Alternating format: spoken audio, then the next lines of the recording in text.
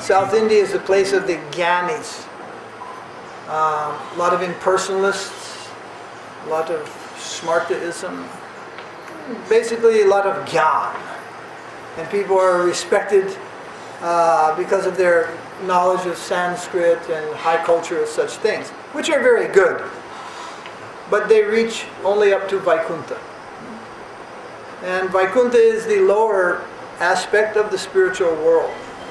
Above Vaikuntha there is Goloka. Please, don't disturb, just sit down with that. I don't need that. Vaikuntha is the lower aspect of the spiritual sky. Above Vaikuntha is Goloka. And Goloka also includes Mathura and then Vrindavan. Then after Vrindavan there's Govardhana.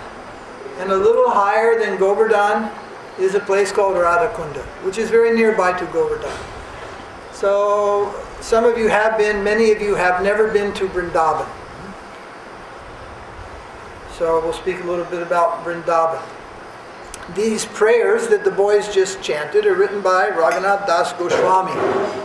In our Gaudiya Vaishnava or Sri Chaitanya Sampradaya, Raghunath Das Goswami is called the Prayojanacharya. That means what he expressed in his writings, what he gave as his ultimate teaching in his mature stage of Krishna Bhakti, that is taken to be the highest achievement, the highest goal. And this little group of 11 prayers, he is expressing himself to Govardhana. Govardhana is a place in Vrindavan. We'll discuss more about that, where it is and everything. It is a place, it is a village place, and he is pleading with his innermost heart to be accepted and given some place of residence in Govardhana, at Govardhana Hill. In 10 verses prior to these, he's praying for the shelter of Govardhana. First, the shelter. So today is the Govardhana Puja day. Govardhana Puja is known throughout India, but not as well as it is known in northern India, and particularly in that part of northern India where we find Vrindavan. And there is not a house for hundreds of kilometers in any direction from Vrindavan. There is not a temple or a house or an urgent man and woman in the street, half mad, roaming the street, is not celebrating Govardhana Puja today. Even the animals and the beast and the trees and the plants, they are celebrating Govardhana Puja today in some form or another. So today, yesterday, lakhs and lakhs of devotees, they did a parikram of Govardhana. Through the day, through the night, today, tomorrow. At any time of the year, you'll find devotees doing parikram of Vrindavan, but particularly around this time, Govardhana Puja time. So 5,000 years ago, when Krishna was present on this planet, when he was still very young, long before going to Kurukshetra, long before speaking Bhagavad Gita, he was living in Vrindavan. Now yesterday I was describing to one of our new members the ontological position of the world that we live in, and above the world, Vaikuntha, the spiritual world, the spiritual abode, the eternal, infinite world. I was describing something of that place. Generally, that we cannot find that information anywhere. It doesn't appear in the newspaper. Ladies and gentlemen, we've just discovered there's another world. It is eternal. You can go there and live forever. No. Ladies and gentlemen, the Prime Minister just stole 400 crores. There's a bomb in Delhi. the Congress is raising your taxes, and on and on, and these are your friends who died. There's a list in the back, the obituaries. There's no news of it.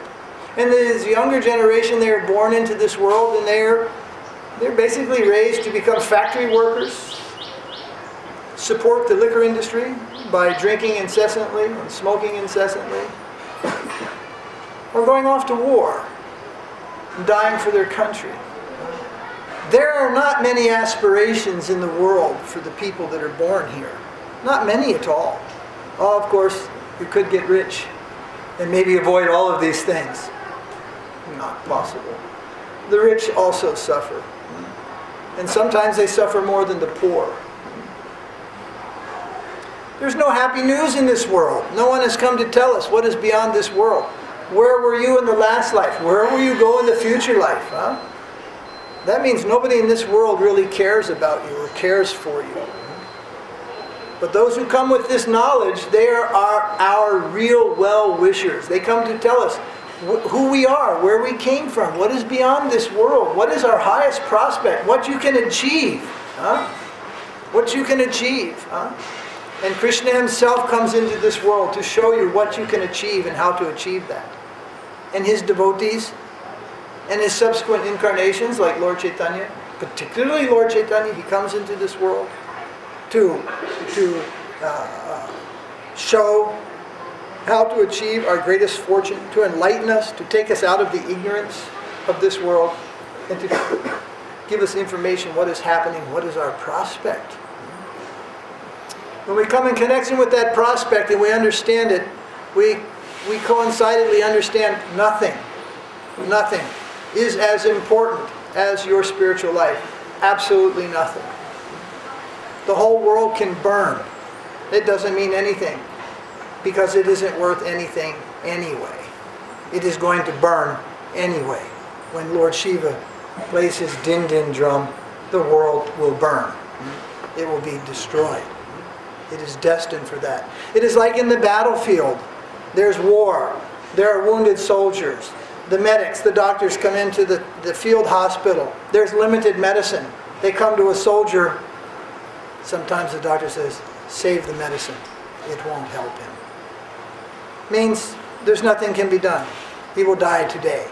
Then they find someone, he's only half or three-quarters dead or something like that. They'll give medicine to him. They will not give the medicine to the person who's sure to die. Maybe his head is blown off or something. He's sure to die. Sure to die. Nothing can be done. That is this world. Sure to die. Everyone is sure to die. Everything is sure to be destroyed. Every empire that is ever created will fall. Sure, sure, sure. There's nothing that can be done about it. Therefore, save yourself, save your family, save your nation, save your village, your town, your country, save save the world. From what? From being victimized by this world. Advance in your spiritual life towards your eternal home. So we were discussing something about this eternal place far, far away in the infinite, as we were feeling hunger in our stomachs, some uncomfort created by heat. We're talking idealistically about this world that is forever and no suffering. Well, I forgot to mention in that conversation to those devotees I was talking to, that world comes here. That world comes here. So that it is not just an ideal which you have heard about, although that's not a bad thing. That world manifests here, so that we will have some direct experience of that world. So when Krishna Avatar comes, he manifests that world that is called Vrindavan. We call it as a Vrindavan Dham. And when Chaitanya Mahaprabhu comes, he manifests that world as Navadvip Dham.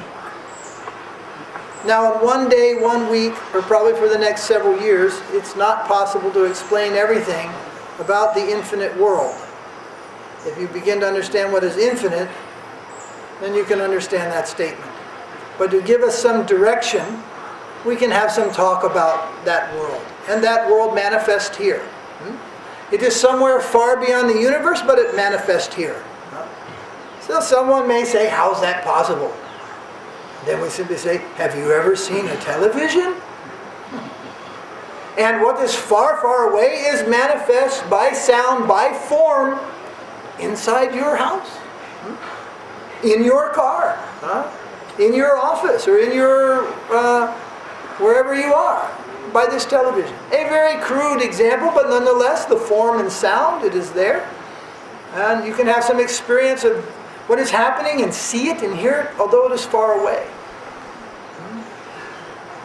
When Krishna manifests his abode, when he appears in his incarnation, it is not so crude as a television. It is fully three-dimensional, present here. And there are many people who witnessed Krishna's Leela. In Vrindavan, also his Mahabharat Leela, they witnessed that. There is a book, there are many books on this subject. There's one book called Harivamsa. That means the family of Hari, the family of Krishna. It's all about the Yadus and the extended family of Krishna. And it mentions various cities where they lived and things and places where they went. Well, the Archaeological Survey of India has a special team that just researches the places mentioned in that book. And they have found so many, a list as long as your arm. Yes, Krishna was here, they found some ancient city in the ground. Yes, Krishna was there, they found some ancient city in the ground. But there are other religions in the world that are very big, very popular, and when they go to look for the place of their origin, where there was supposed to be a big city, like where Jesus was born, they go there, dig in the ground, and there's nothing. They cannot find any evidence or any proof that such a place existed at that time and in that location. But throughout India, because of this Harivamsa, the Archaeological Survey of India has designated many places in relation to Lord Krishna. And Vrindavan, of course, is the central place. But unfortunately, they don't do any archaeological expeditions there because there's no space left. There are about 6,000 temples in that little village. And thousands of ashrams, some ashrams with as many as 500 rooms for guests. No place to dig. So, there are plenty of experience. Of course, that type of archaeological experience, that is, what do we call that? That's the empirical knowledge. Empirical knowledge will attract your mind, but not your heart. It's good, it satisfies your intellect, questioning by the intellect and the mind. But empirical knowledge does not satisfy your heart. And it does not actually cultivate faith, which is called Shraddha, which is a spiritual substance within each of us. That does not cultivate faith. So in Vrindavan, we don't really have any archaeological places to visit. But the place itself is a spiritual place by every atom and grain of sand that exists in that great area of Vrindavan. It has got pure spiritual existence. And those who have the eyes to see, beyond the city council's mismanagement, the congestion of rickshawwallas outside all the big temples, and the conniving Marwaris in the marketplace, they can see that eternal space, Vrindavan, where Krishna's pastimes are eternally being performed. But even those who don't have any knowledge, who don't have any regard, have their stories to tell how when they're taking a night train from Delhi to Agra and it passes through Mathura and they wake up in the middle of the night. It's very, very common. I've been and seen night trains before when whole bogies, people were just awake. The train comes through Mathura and everybody just wakes up. Because that space that they travel through is not a material space. Because it is not a material space, the modes of material nature are not so oppressive there. And when you're really pressed by the mode of ignorance, you sleep like a baby. But when you're not, when you're more in the mode of passion or the mode of goodness, your sleep is lighter. And if suddenly you enter a space where there's no mode of nature, sometimes you'll wake up from the deadest sleep, just like this. And when you go there, you'll find out that getting up early in the morning, it's easy. It's so easy. Everything is very easy there to do with Krishna. And anything you want to do that's not to do with Krishna, or you might think it's to do with Krishna, but actually it's not, it is 10 times more difficult than anywhere else. It actually used to be, we used to arrive in the airport and have a brand new tape recorder and get in a taxi and get to Vrindavan. By the time we got to Vrindavan, the thing didn't work anymore. Now I thought that only happened to me. I found out that happened to hundreds of people. Material things just didn't function there very well. Of course, that's not, you're going to find that all the time. But your experience will be at Vrindavan, that everything that is Krishna consciousness, it will come to you like rain from the sky. And more of it than you can actually manage. And anything you want to do material, it will be a tremendous hassle. It will be a burden. So that place has a divine influence, very divine influence, and an experience. From the very beginning, a beginner can go to Vrindavan and experience the nature of that place. Then what of those who are very advanced in spiritual life? What is their experience? And their experience is Krishna directly. They have experience of Krishna and his Leela directly. There's one book called Krishna Karnamrita by a Vaishnava named Bilvamangala Thakur. And he stayed at a place called Brahmakunda. It's another place in Vrindavan, one small lake. Today it doesn't look very impressive. In those days it was a nice natural surrounding like this. He lived there for a very long time, and he chanted the holy name of Krishna very, very sincerely. And then he recorded his experiences in this book. And those experiences are the pastimes, the Leelas of Krishna. They are recorded in that. Was that Bilva Mangala? And this Bilva Mangala Thakur, actually he was blind. He couldn't see. No, tell him don't do that. I don't think we need that. Do we need that?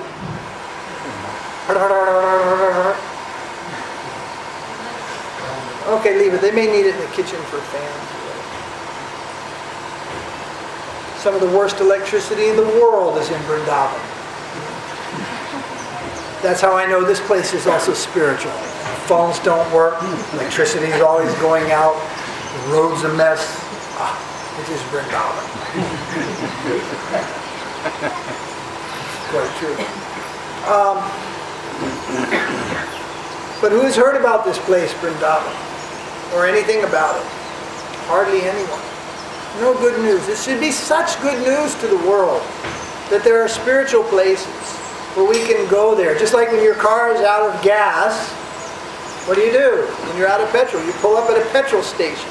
A petrol bund, it's called. A bund means like a place where it's stocked up. In English means it's petrol stock. Well, Vrindavan is like a spiritual stock. You want to go there and refill your tanks. So that is called the Dham, Krishna's Dham, where directly Krishna has appeared at some time and eternally manifest his presence there. And even from the remote section when we approach, we can feel Krishna's presence there. Prabhupada used to say, one artik, who does artik, who sees artik, one is equal to 1,000 artiks made in another place. And that also means Tirupati. Vrindavan is 1,000 times greater than Tirupati. Thousands of times greater than Tirupati. So, and those who know that, like I say, it's not just a few hundred, there are thousands and thousands and thousands of devotees who know this, not just throughout India, but all over the world.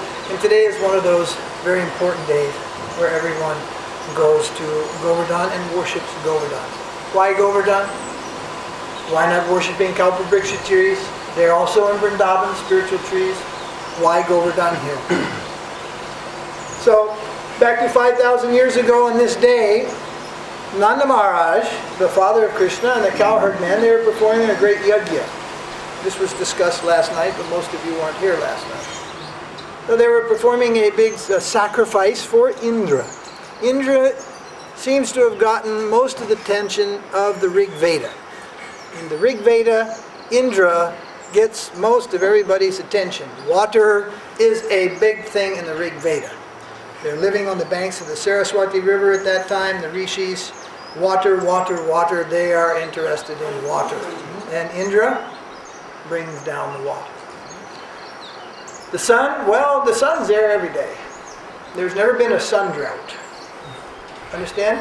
So when you begin to think in other cultures of the world, we see there was a lot of focus on the sun, the worship of the sun. The Persians, the Romans, the Greek, the Egyptians. A lot of focus on the sun. But in India there was more focus on the rain. A little higher thinking, you'll see that, no, the sun will be there. Even if it's a cloudy day, the sun is there. The sun will come. It comes every day. There's no question. Rain doesn't come every day or even every year. Here we got huge rains, and in Bangalore we haven't had huge rains here in 10 years. And over on the coast, it didn't rain at all last week. It was raining like anything here and in Bangalore, and over in Bangalore there was no rain. It was sunny skies every day. And in the monsoon, I used to see it raining on the ocean. And it wasn't raining on the land. And overall, the coast, Karnataka coast, got very less rain this year. You cannot say rain will come. Sometimes it doesn't come. Not for a year, a week. Sometimes it doesn't come for 100 years. There are droughts. The rain goes and doesn't come for 100 years. Or 1,000 years, and deserts develop and such things. But the sun will come every single day. So the Rig Veda rishis, they gave a lot of attention to Indra. And for the common folks, it was tradition. So those Vrindavan people, they're the common folks. They're not the big rishis. And they are worshipping Indra every year. At that time, Krishna grew up. He's 4 or 5 years old. And he came in the morning when everything was being arranged, and he asked his father, "What is this?" And his father said, "Oh, this is a big yajna we're performing. You step aside." And then he pulled on his father's coat and said, "Please explain, who does this sacrifice go to and what is its purpose?" Pretty bright for a 5-year-old boy. And very charming boy. And no one can resist him. And so Nanda Maharaj, he explained about the intricacies of the worship of Indra, who provides the rain, the demigod, the deva, for providing the rain. And when he had thought he had explained everything nicely and they could continue, then Krishna said, "But that seems quite redundant. I mean, it rains on the ocean. It rains all the time. It just rains. And it's very easy to see that it's Govardhana Hill that provides our necessity. Govardhana Hill provides the grass for our cows. Govardhana Hill is our shelter. All our boys, we play on Govardhana Hill. Actually, what business do we have with Indra?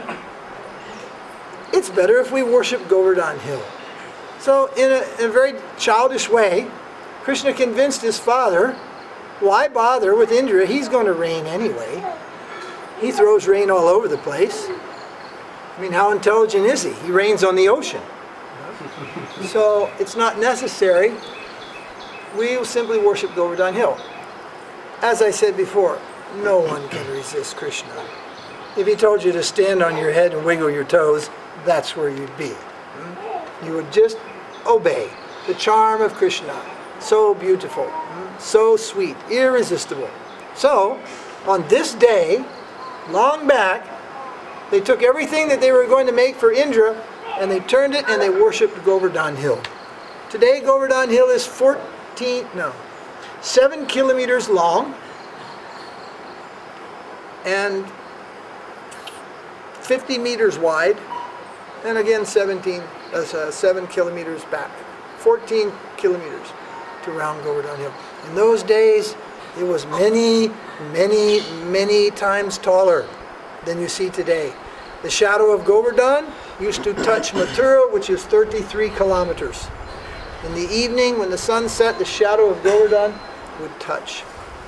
There were waterfalls and all sorts of wonderful things, caves, waterfalls, pastures on Govardhan Hill. It was very, very big.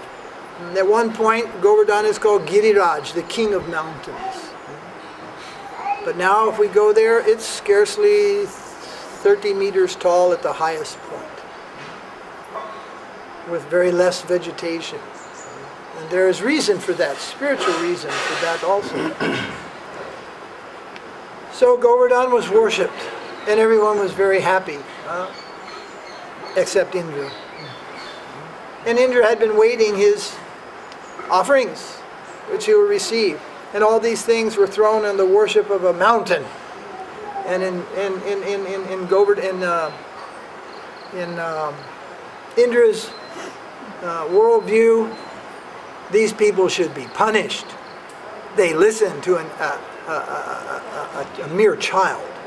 They have foregone the sacrifice of the gods, and they've worshipped a hill at the advice of a mere child. These people should be punished. Well, when they were worshipping Govardhan Hill, they saw something very wonderful. All of a sudden, that personality they know as Krishna, that frolicsome young boy of Vrindavan, all of a sudden he appeared as the size of Govardhan.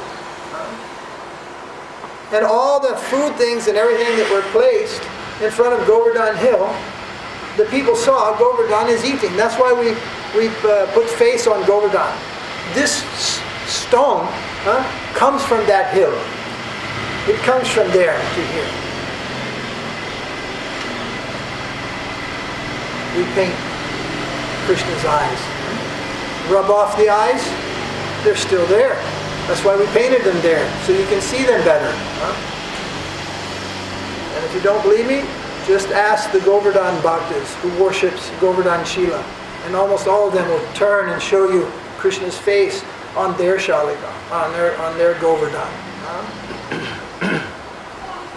So they could see then without any ornamentation, that's called Shringar, they could see Krishna in the form of Govardhan Hill. That same small Krishna, now 7 kilometers in size, and a huge mouth, he's eating all the offerings and everything offered to him.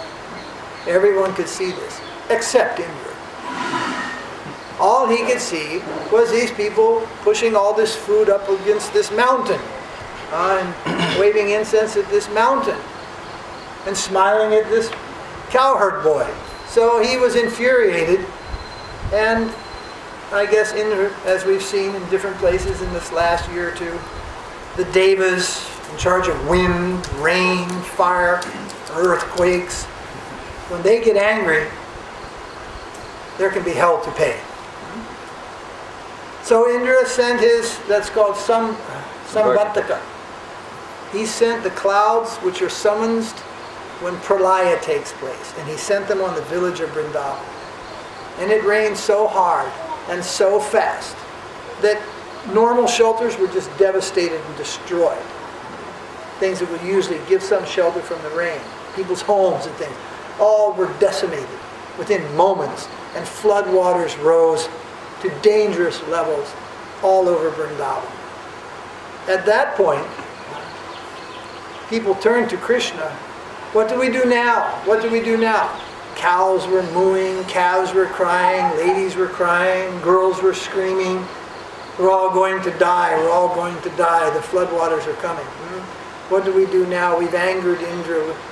They're torn between pleasing Krishna and how to deal with the angry Indra. So for a moment, they're completely at a loss. What to do, what to do. They turn to Krishna for shelter. Then Krishna said, Govardhan has always been our provider. Why he should forsake us now? Govardhan will give us all shelter. So Krishna just lifted down, caught Govardhan under his little finger of his left hand and said, see? And he raised that mountain with his left hand. And said, come under Govardhan. So then everybody came under Govardhan. All the residents of Vrindavan gathered under Govardhan Hill. And Indra kept throwing the rains for 7 days and 7 nights, non-stop. And during those 7 days and nights, nobody felt sleepy, nobody felt hunger, nobody felt cold, or any wind that was howling and blowing all around. Under Govardhan Hill, nobody felt anything. Govardhan Hill gave everyone shelter. Seeing Krishna lifting Govardhan Hill with one little finger of his left hand, the cowherd boys, they also want to get in on the act. Oh, we'll help. They stuck their sticks up. We're here too. And everybody was very happy. This is called pastime. What does God do when He comes? Make ashes? Build a few temples?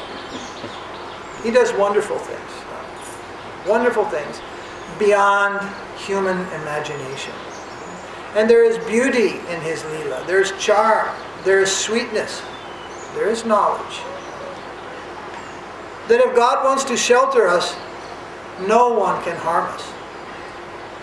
If He wants to harm us, where you'll find shelter?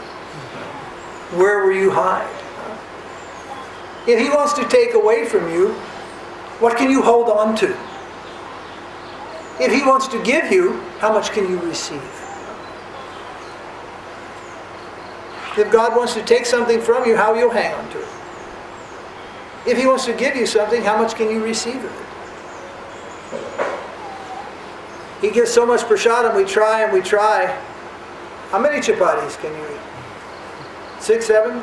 Idlis? 15? 20? Us old men, 3, 4, 2. Krishna can give thousands. How much can you take? And when Krishna wants to take something from you, how can you keep it? So there's knowledge in Krishna's Leela also. Sweetness, beauty, charm, and knowledge is there. That is necessary. Also, this point, God does something superhuman. Someone may say, oh, there's incarnation, He makes ashes. I always say, cigarettes make ashes. What is superhuman about? No one can lift a mountain. I never saw any machinery lift a mountain. Nothing can lift a mountain. You ever seen anybody lift a mountain? Anything lift a mountain? Even by nature, and that mountain just jump up and be in the air? A mountain? No, mountains are always on the ground. Some rocks fall off here and there. Big, heavy earth equipment can go there and blast a hole and tear it down, but anybody went there and lifted with their big machine, or all the big machines of the world get around and lift a mountain? It's not possible. So, Krishna will do things which are superhuman. They cannot be done even by imitating. They cannot be done. No one can lift a mountain. Yet Krishna lifted a mountain. So that is a challenge. He's also issuing a challenge at that time. Let all these God-men of Kali Yuga come here and lift Govardhan Hill. Let them come and lift Govardhan Hill. The amazing thing is, you'll never find those people at Govardhan Hill. Because the only people who go to Govardhan Hill are the devotees. And every once in a while a few yogis show up, but they're very short-lived. They hang out for a little time, then they go to Hardwar and Rishikesh. I saw once some yogis doing meditation in May. I went to Govardhan Hill in May.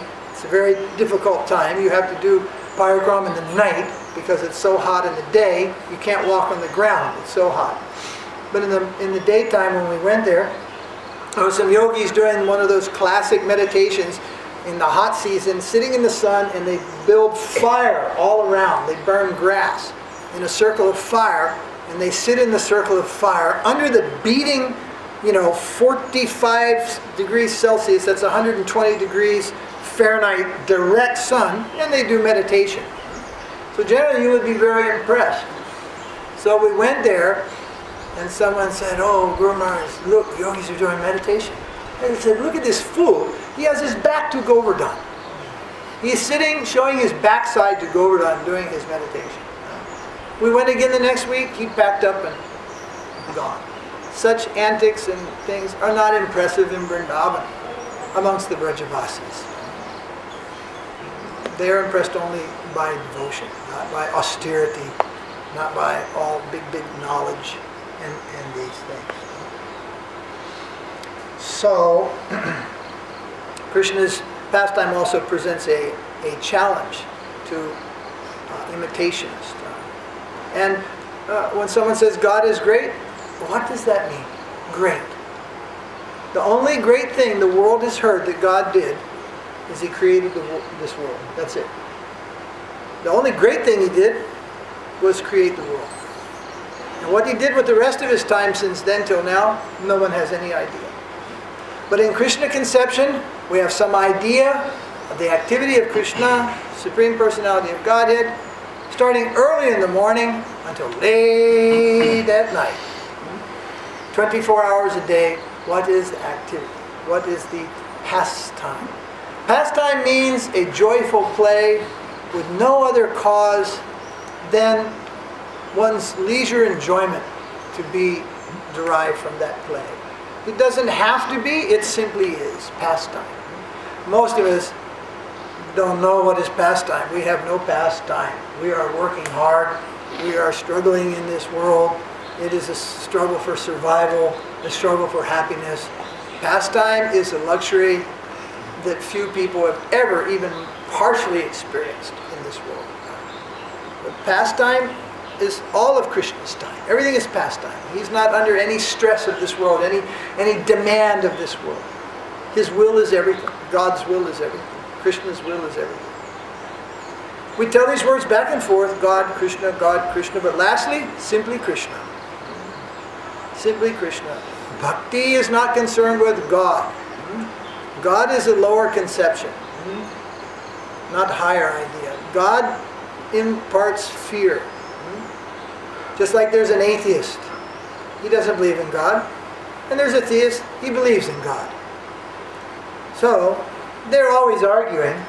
But lastly, the atheist, the theist, he says, all right, you say there is no God.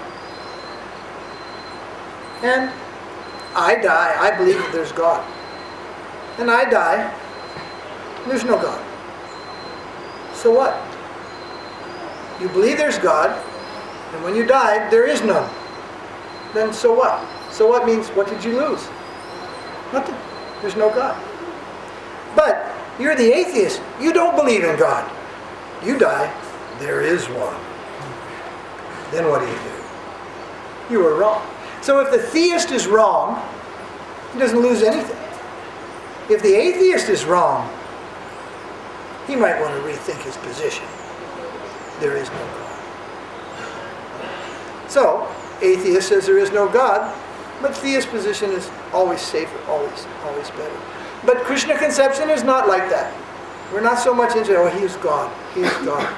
No fear, great reverence. Reverence means some type of a fear, stepping out of the way, getting back.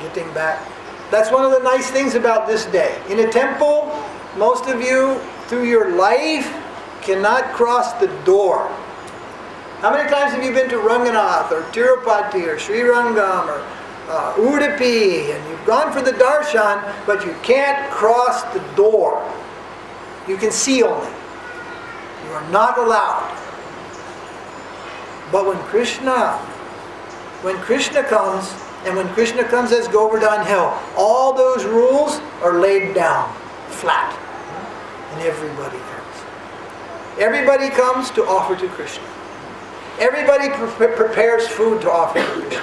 Everybody can offer a deepam to Krishna. Everybody can bathe Krishna in Abhishek. This is big Abhishek day for Govardhana. Everybody. Otherwise, only Brahmins, they will come. People stand back. Other people stand more back. Untouchables are way back. But on Govardhana Puja day, everybody comes. Therefore, Govardhan may be considered the most merciful form of Krishna, the most merciful form of Godhead.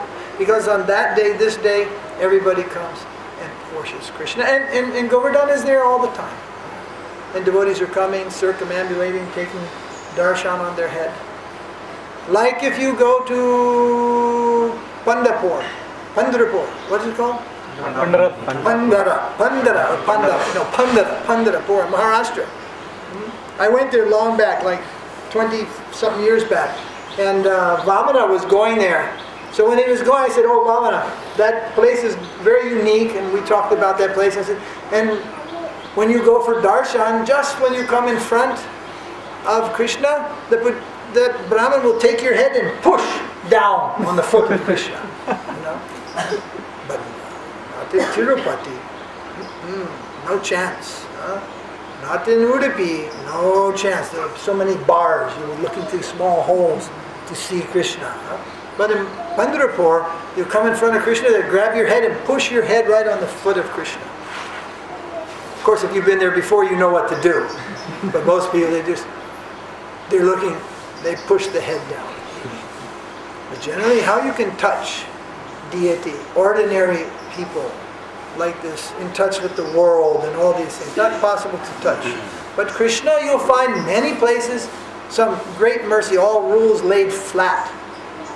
And he wants his devotees to come close. They come so close to Krishna, in Krishna's Leela, they sit on his shoulder. In Christianity, Jesus is sitting on the right hand of God. The first idea is God is really big. Because Jesus, who was almost 6 foot tall, he's sitting on the hand. But in Krishna, they're sitting on Krishna. You're sitting on his shoulders. In Vrindavan, Krishna's boyfriends, cowherd boys, they're jumping on Krishna's shoulder and riding. Go, go, go. So one, you are close to God, but one, you are more than close to God. You are so much one with him in love and affection, you can sit on him. That's there. Here, we practice a little different. We don't think, oh, I'll come and sit on Krishna. We don't think like that.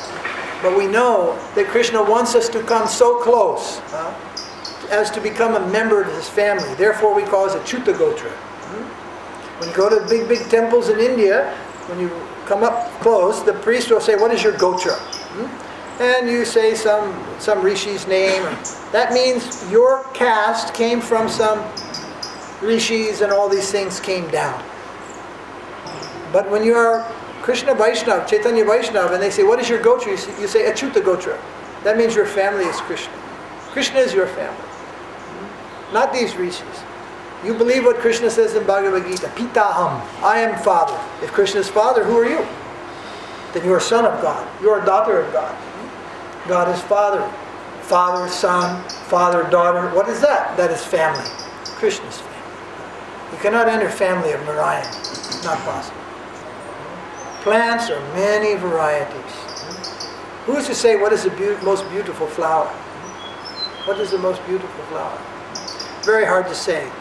According to your liking, you may prefer rose or lotus or different things. But when you are Ayurvedic doctor, then you will be able to say which is best plant.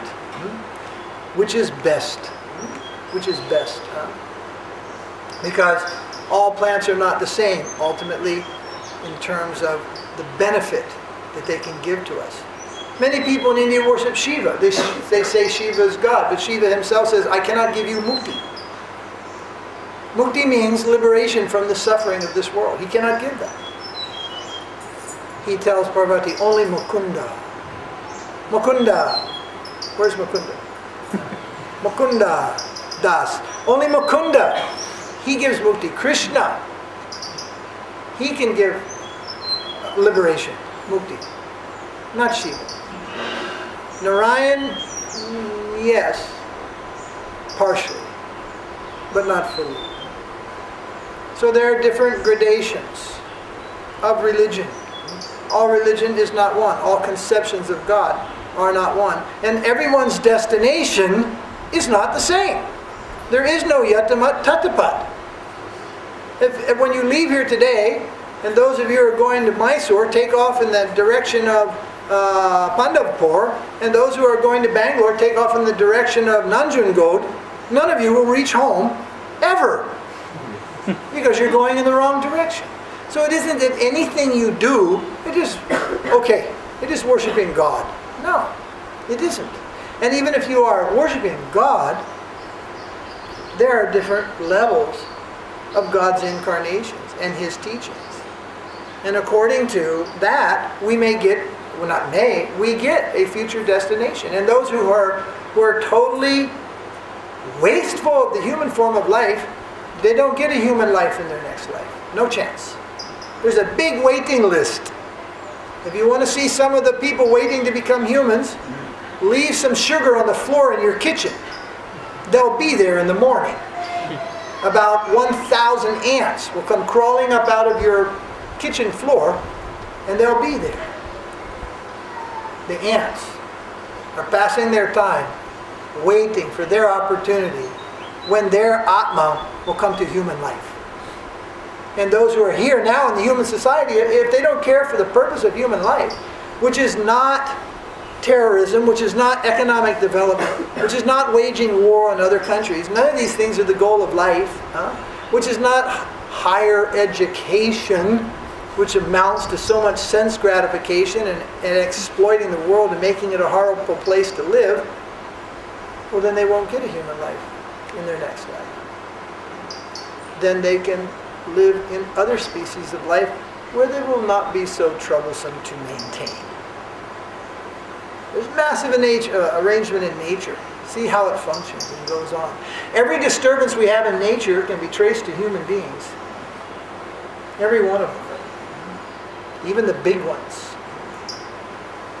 We think we can take all the oil out of the earth, we can burn it all, pollute the ozone, contaminate all the water supplies, genocide other species, and nothing's going to happen. Nothing's going to go wrong. Everything is going to go wrong. Everything that you can think of is going to go wrong in Kali Yuga.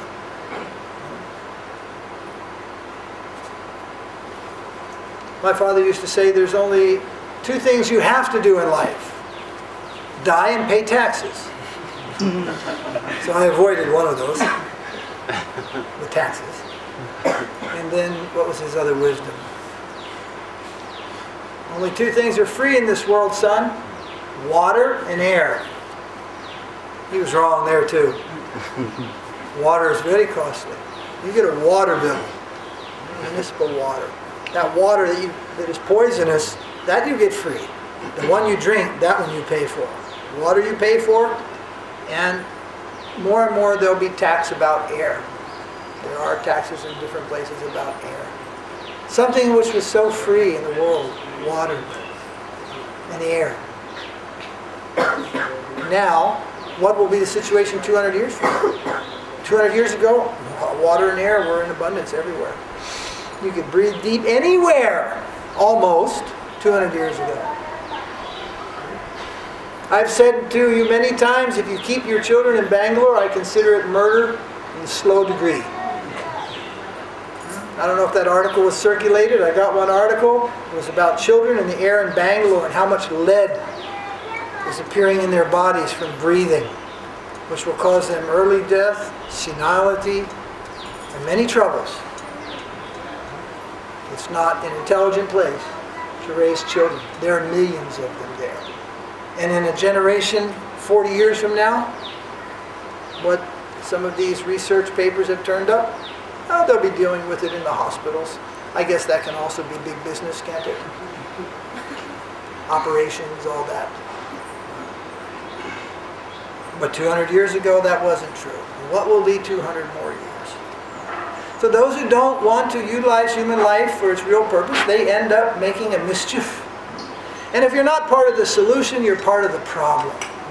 This is also the wisdom of the revolutionaries. Those who want to solve the problem realize that those who are not interested, one way or the other, are in the category of the problem. Because you're just blocking the way.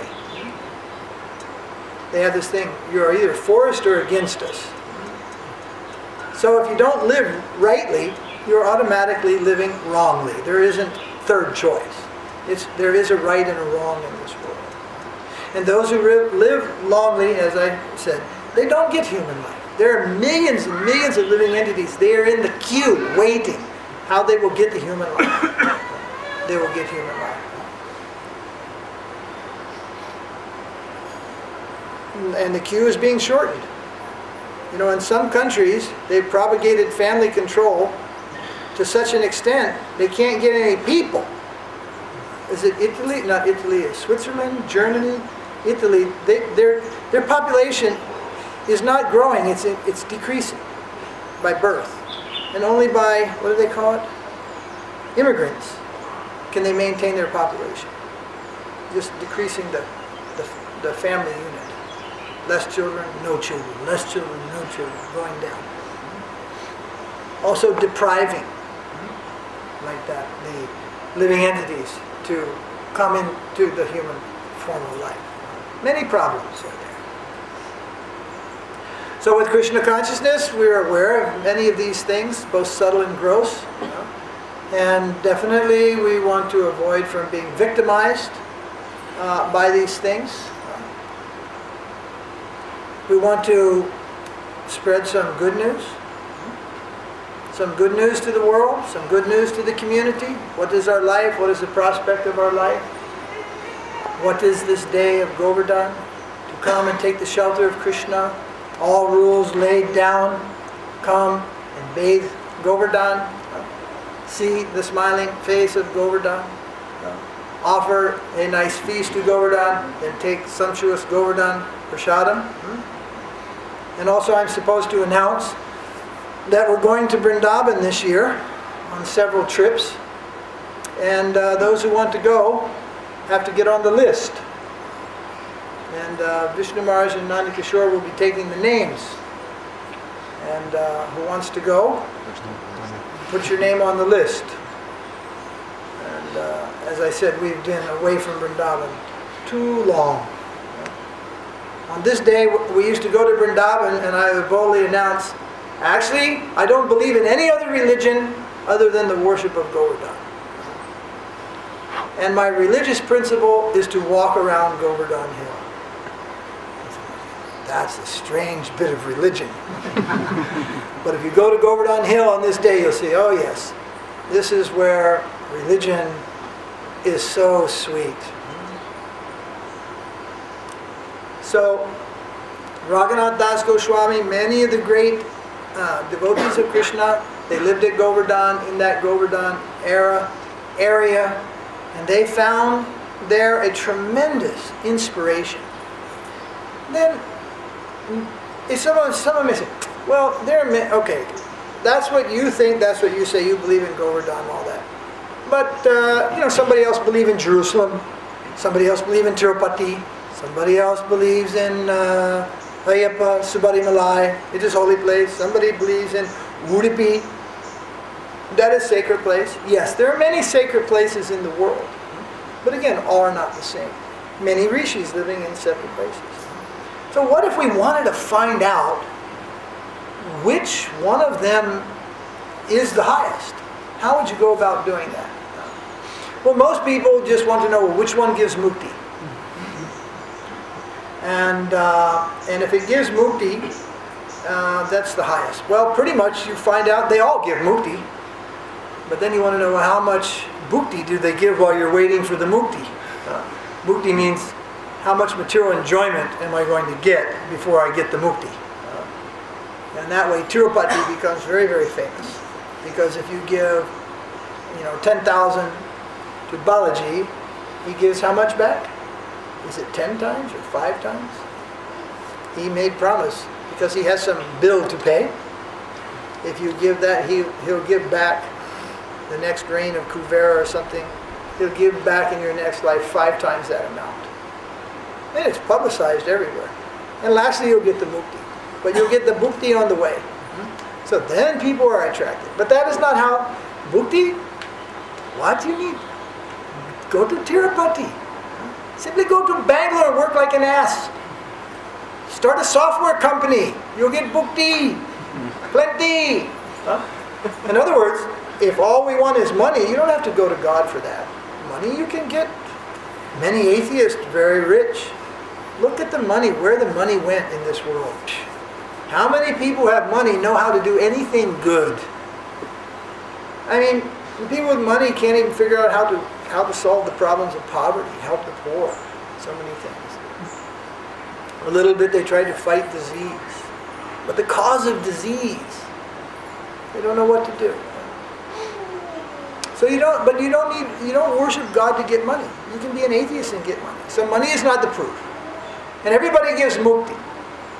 Actually, the proof is this. You find the devotees who worship the God and lived in that place and see what they wrote. And from that, you can ascertain the highness of that place. The highness of the knowledge will be demonstrated by what they wrote, what they said. And many will rise high on knowledge. But above knowledge is sweetness. Knowledge only fulfills to a certain extent. Then we need fulfillment, inner fulfillment in the heart. Knowledge does not penetrate here. It penetrates here. Very lofty thought, a very keen intelligence, and a very high mode of life. High thinking. High thinking. We say simple living and high thinking. But it is simple living and high feeling.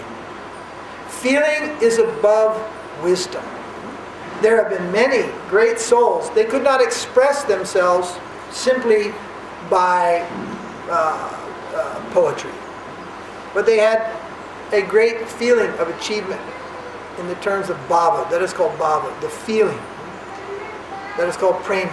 Their feelings of love for all living entities and for the supreme living entity, for God, love of God. And love means sacrifice. And how much they are prepared to sacrifice. And all these things will be shown in the writings of the rishis. And after you've gone through them all, then you will come back and agree with me. Yes, Vrindavan is the highest spiritual abode on this planet. And devotion to Krishna evokes the highest sentiments of love of God that can ever appear on this planet. No one has equal. Not the Alwars, not the Smartas, not the Pandits. No one in any other place has equaled the sentiments of those devotees who worship Krishna at Vrindavan. And you may add there also Navadvip. That is another parallel universe, another parallel spiritual abode. Navadvip, the Gupta Vrindavan. But if you don't want to taste, how do you know which wine is best? If you don't want to taste, how do you know what cheese is best? If you don't want to taste, how do you know what sweet is best? You'll simply be taking somebody else's word for it. And lots of words are out there every day. Everybody's selling their wares. Everybody's preaching their doctrine. When in Krishna consciousness we say, you must experience it yourself. You must experience that. So we've been here in South India for 11 years, of which for the last, I think, 6 or so, we didn't go to Vrindavan. There are lots of new devotees. Some of our devotees are growing up. So it's time to go to Vrindavan, so that you can have a direct experience of Krishna's abode yourself. Then, what is a temple? What is a temple in relation to Vrindavan? Vrindavan is a dham, a temple is a kshetra. And some kshetras are tirthas. These are all gradations. These are all gradations of spiritual abodes. Govardhana Gardens is in a village called Ganjam. Is this place anything like Ganjam? You ever spend the night in Ganjam? You used to live in Ganjam. You're from Ganjam. Is the atmosphere at Govardhana Gardens the same in Ganjam? Not possible. If we vacate this place and go away, again it is Ganjam. The activity of the presence of the temple, the deity, and the activities of the devotee of service, that also generates and creates a spiritual atmosphere called a kshetra. That is why in the old days they put walls around those places to keep the goats and the dogs and anything non-devotional, including the people who behave like animals, out. And they made one way in through a door, and they put big guards there with talwars to keep out the Maya. And inside there, something else was happening. Krishna or Vishnu was present in the form of that's called Archamurti. The Murti, deity, present in that form. And then the activities there are for the service of Krishna, the pastime of service. So this Vinaji Gardens and other temples, Madhava Maharaj recently called this the Vrindavan of South India. It's not Vrindavan Gardens at the dam. That is not the Vrindavan. And some smartas say, actually, Vrindavan is in South India. They say Krishna's place is actually South India. And we say, yeah, maybe you're right. This is it. But the difference is, even if the non-believer owns a piece of Vrindavan, it's still its Vrindavan. And he may be there and do something non-devotional there. Still it's Vrindavan. It doesn't change.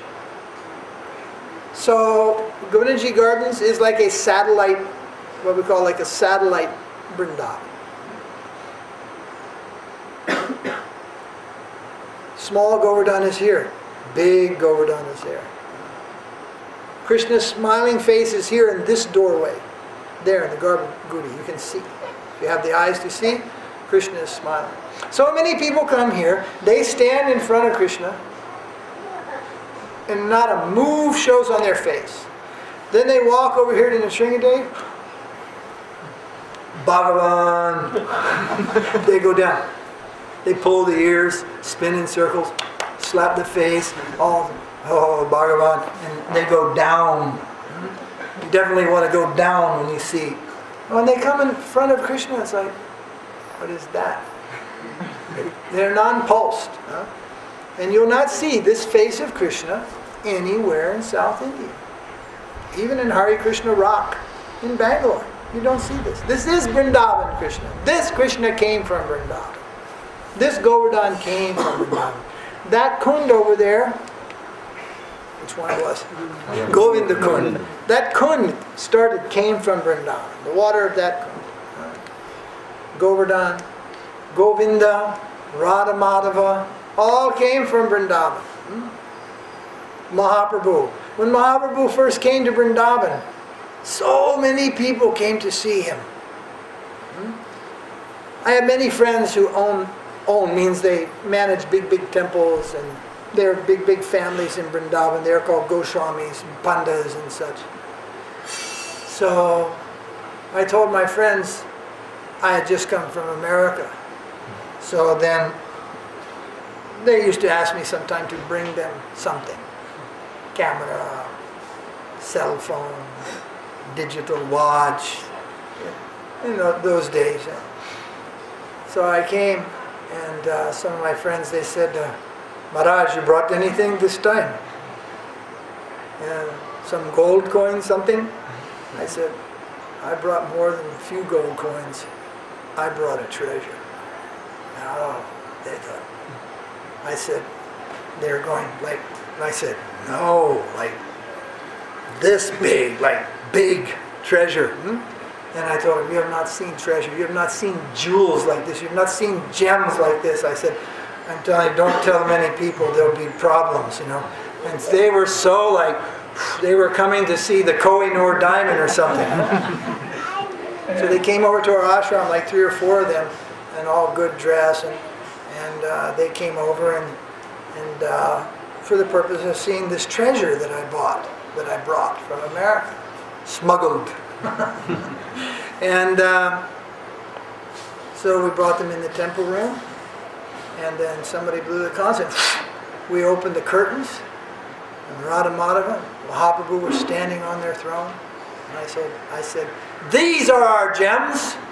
This is the treasure that we have. Have you seen anything more beautiful? Is there anything more valuable in the world than what stands before your eyes? And they were like, Bhagavan. And they accepted. And they were devotees, Goswamis. And they thought, oh, that is very good analogy.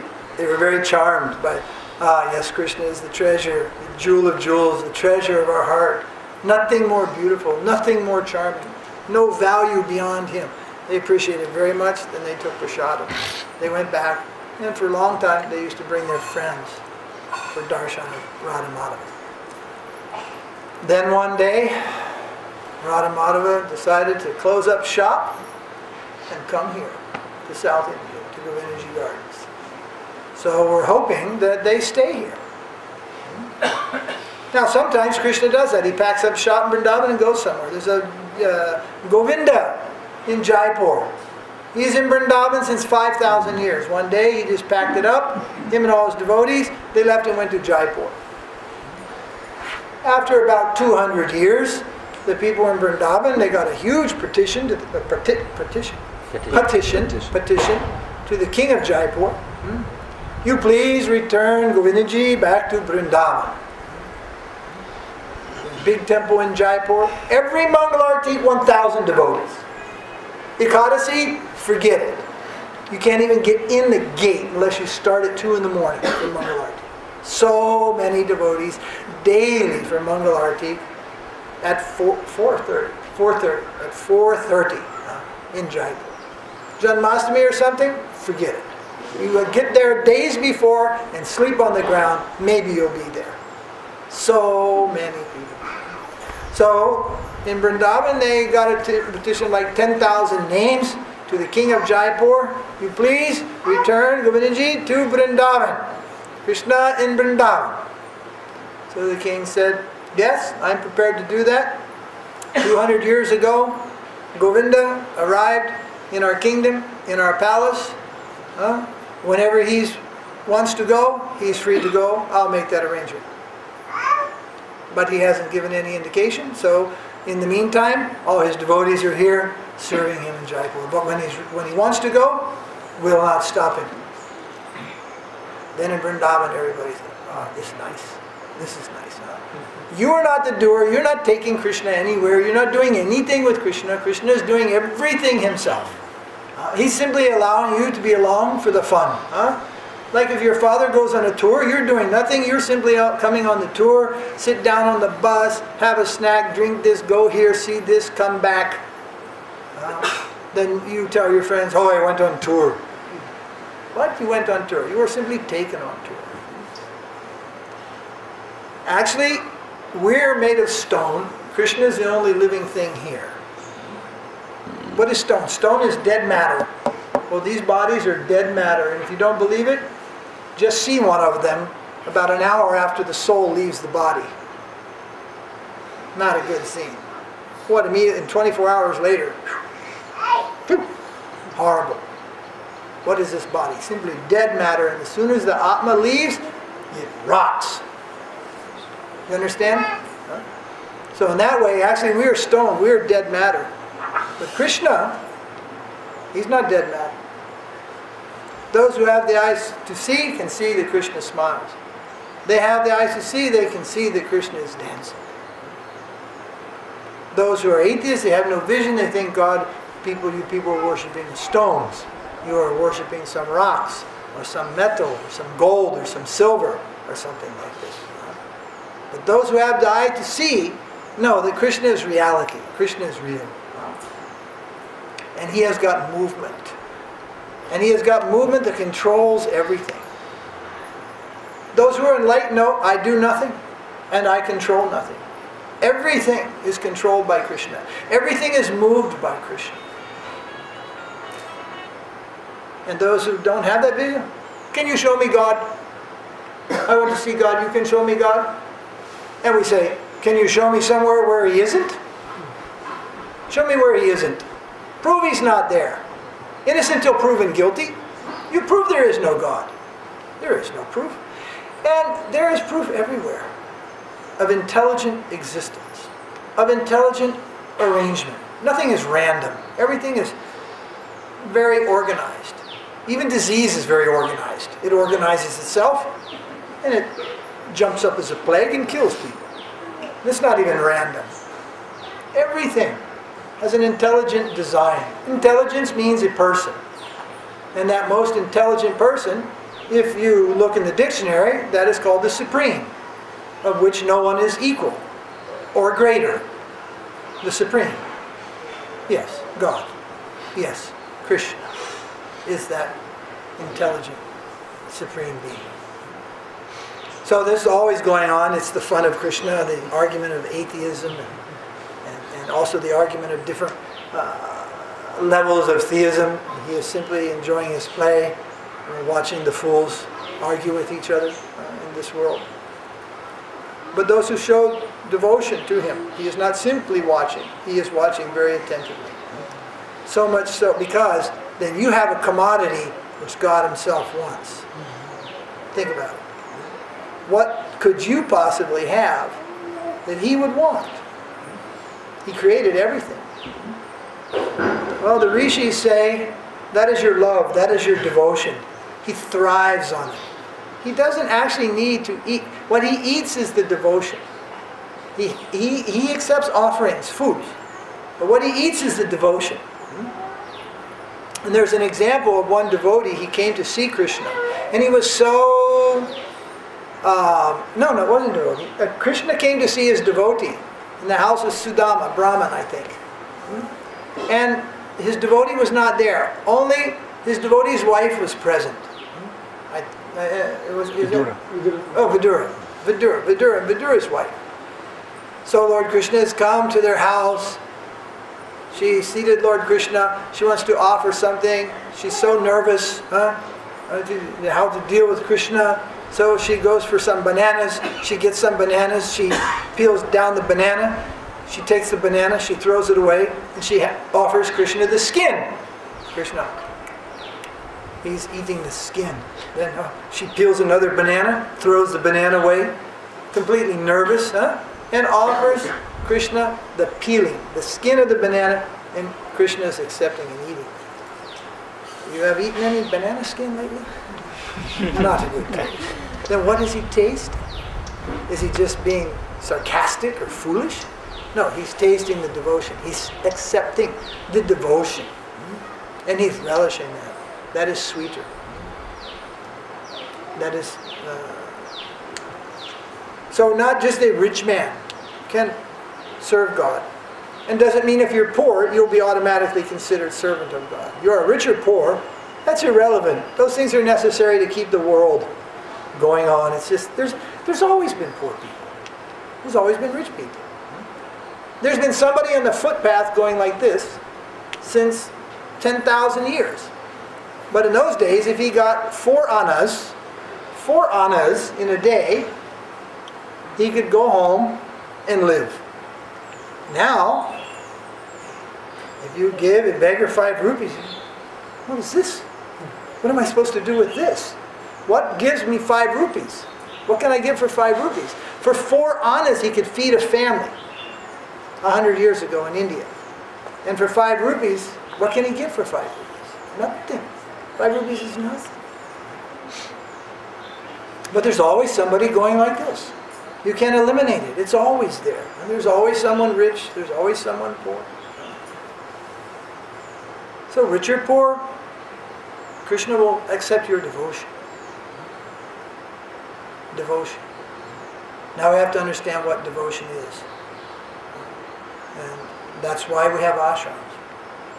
Devotion is free from any selfishness of our own type. Devotion is affection for Krishna, for his satisfaction. No satisfaction of our own. No selfishness of our own.